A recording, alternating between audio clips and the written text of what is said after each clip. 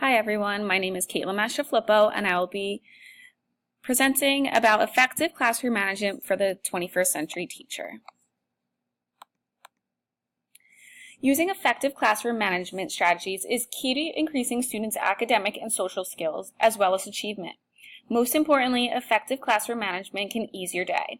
Let's look at the difference between old school and new school methods. Old school methods can also be called obedience models. I'm sure you have heard the advice, don't smile until Thanksgiving. This mindset is categorized under the old school methods. It is a way to gain power over the students through intimidation and punishment. These old school methods may have some success with motivated students, but more times than not, it is ineffective for the majority of students. It is damaging to teacher-student relationships, and ultimately, obedience models will result in student withdrawal, aggressiveness, and power struggles.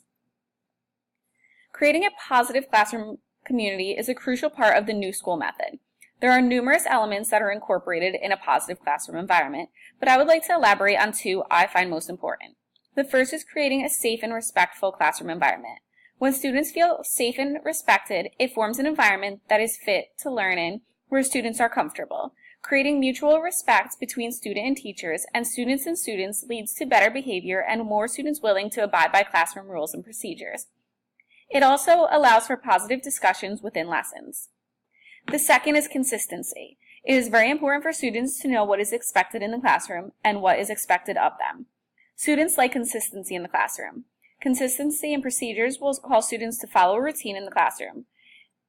Consistency in rules will allow students to understand consequences and think about their classroom behaviors. Before creating your classroom management plan, think about what type of classroom environment you want to create. First, let's think about routines. Having a set of routines is important for classroom organization. Think about how you want to create procedures for each of the following: attendance, collecting and returning work, do-nows, make-up work and assessments, what to do when you finish your work, and last, fire and lockdown drills. You also need to think about the layout. The following are some things to think about classroom layout. How do you want your desks positioned? Can you easily move around the room? Where are the hands-in bins or trays located? And is the layout appropriate for group activities? We will look at rules and procedures and instructional approach in more detail later in the presentation. It is important for us as teachers to clearly communicate our expectations with our students in the beginning of the school year. Expectations should be communicated and explained in a way that students can clearly understand. They should also be specific so that each student interprets directions and expectations in the same way. Creating expectations collaboratively with students has been proven to be effective. You can create a collaborative classroom with the following: establish common goals, discuss potential problems and brainstorm ways to address them, compromise and listen, set classroom rules as a group, assign roles and responsibilities, have students take on a specific role and task to develop a sense of how they fit into a larger group, and determine measurable accountability. Let students know how you will measure their success. And finally, assess progress and give feedback often. Walk around the room and engage students so they stay on task. Help them to develop tools to problem solve, manage conflict, and communicate with peers. Many teachers have different opinions on how many rules a classroom should have. In my opinion, a limited number of rules works best. These rules should be stated in a positive manner and written in a language that students can understand. The classroom rules should also be consistent with the school rules. Rules should be presented in a way that builds a positive classroom community and indicates that you want your students to be safe while having meaningful learning experiences. Here's an example of 5 rules for a middle school classroom. 1. Be on time, on task, and prepare to learn every day. 2. Keep all personal electronics put away. 3. Be responsible for your own learning. 4. Respect the teacher, the classroom, and other students. And 5. Trash goes in the trash can. There are activities and situations that require specific procedures or routines in the classroom for the class to run smoothly. Here are some examples I utilize in my classroom. Entering the classroom. I like having students enter right away and start the do now so we can get the class started as quickly as possible. Handing in assignments, I have a tray labeled with each class. Students know to hand their assignment in the tray when they are completed. Using the restroom. Students must sign out and take a pass after asking to use the restroom and receiving permission. Sharpening pencils. Students can sharpen pencils in the beginning of class or during independent work. Students are not allowed to get up during a lesson. Asking for help. Students should raise their hands when they need help and wait for the teacher to call on them or walk over to assist. And fire drills. Students should always be aware of the exit strategy for a fire drill. Breaking down procedures is important to help students understand them. When teaching procedures, it is helpful to follow these steps. Introduce. The first step is to introduce the procedure to students. For example, today you will learn how I expect you to enter the classroom. Understand. Ask questions to help students understand the importance of the procedure. For example, what could happen if we do not have a procedure for this? Practice. Show students the breakdown of what you expect of them. For example, come in, sit down quietly, complete the do now. Repeat. If necessary, go through the steps again until they are clear to the students. And review. Ask students to review specific procedures before an activity to reinforce their learning. Especially since we are a one-to-one district, it is important to have routines and procedures for technology use. Here are some guidelines and tips to think about. What tools and technologies will help our students with the 4 C's? What is appropriate use of the web in today's classroom? Technology should support and reinforce learning. Keep distractions to a minimum. Have rules about game playing on the Chromebooks, listening to music, and headphones. Words while using technology are helpful, especially when you need the student's attention. For example, put your screens to half-mast can be used when you need their attention to be sure all students are listening.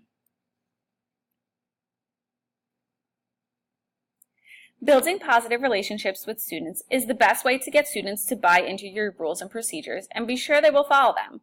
Building these positive relationships will also aid in reducing behavior problems. Our middle school students like knowing that we view them as individuals and appreciate their contribution. According to Beauty O'Farrell, teachers' actions in the classroom have the most impact on student achievement and behavior. She goes on to say that teachers play such a large role, especially at this middle school age, where students are more likely to experience declines in academic motivation and self-esteem. As teachers, we can consider the following to help our students and build this positive teacher-student relationship. Respect and care also go a long way with this age group. We can show our students to respect them. We respect them and are interested in what they have to say by having discussions and conversations with them, as well as showing them encouragement for their ideas. Getting to know your students. Finding something special and unique about each student is a great way to build these strong relationships. This can be done by doing activities to get to know your students or just by talking to them.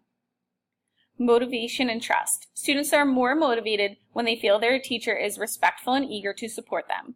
When students feel trusted, it is more likely they will be interested in class and master the material being taught. Positive tone. A positive and respectful voice allows for students to feel comfortable learning. Students respond better to teachers who are mindful of their tone. Provide encouragement. Providing encouragement shows students you recognize their efforts, are respectful of their uniqueness, and build self-esteem. I have decided next year I want to try a new approach for the first week of the school year. I would like to start the year off with class activities and discussions rather than math concepts. I think by doing things such as goal-setting activities and get-to-know-you games right from the beginning will help to create a positive classroom environment as well as positive classroom relationships. I hope our starting off the year this way to create positive classroom attitudes and eliminate some of the negative behaviors I've seen this year. I think creating more of a positive teacher-student relationship with the students from the get-go will aid in my classroom management as well. There are a few interventions you can utilize when students are off task. Intervention 1 is the look. When a student is off task, simply give them a look and then offer a smile to pull the student back to attention. This works because it does not embarrass the student. Intervention 2 is to move close to the student and touch their desk to refocus them. Intervention 3 is your presence. Walk over to the student during a lesson and continue to teach as you stand next to the student. In many cases, this will bring the student back to attention. If a student does not respond to these subtle interventions, you can ask to speak to the student after class. In situations like this, walk over to the student, ask them to stay after class, and quickly walk away so the student's peers do not get suspicious. Asking students to change seats or locations can be helpful in these situations as well.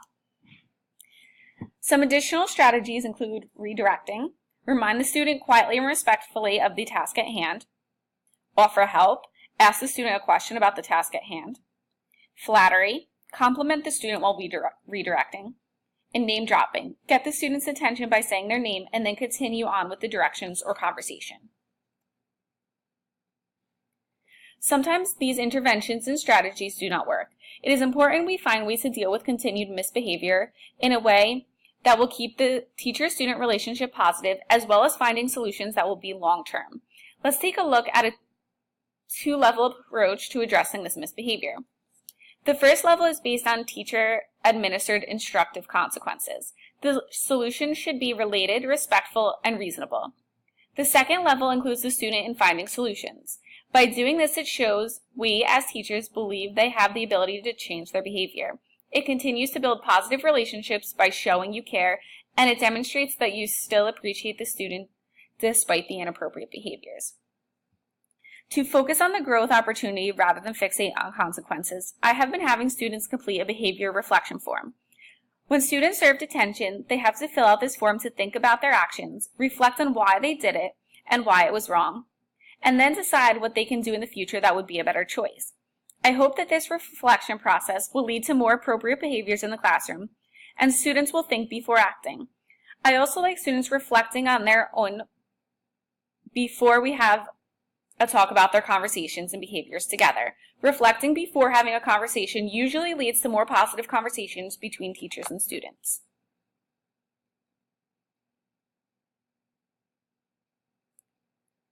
Always remember, classroom management takes time. I'd like to end the presentation with letting you know that classroom management really takes time. Don't expect to have it all together your first or even second year. Following these tips and strategies will help you to start off strong, but adjusting throughout the years is key. Each year, find what works and what does not work, and modify your routines, procedures, and rules as needed.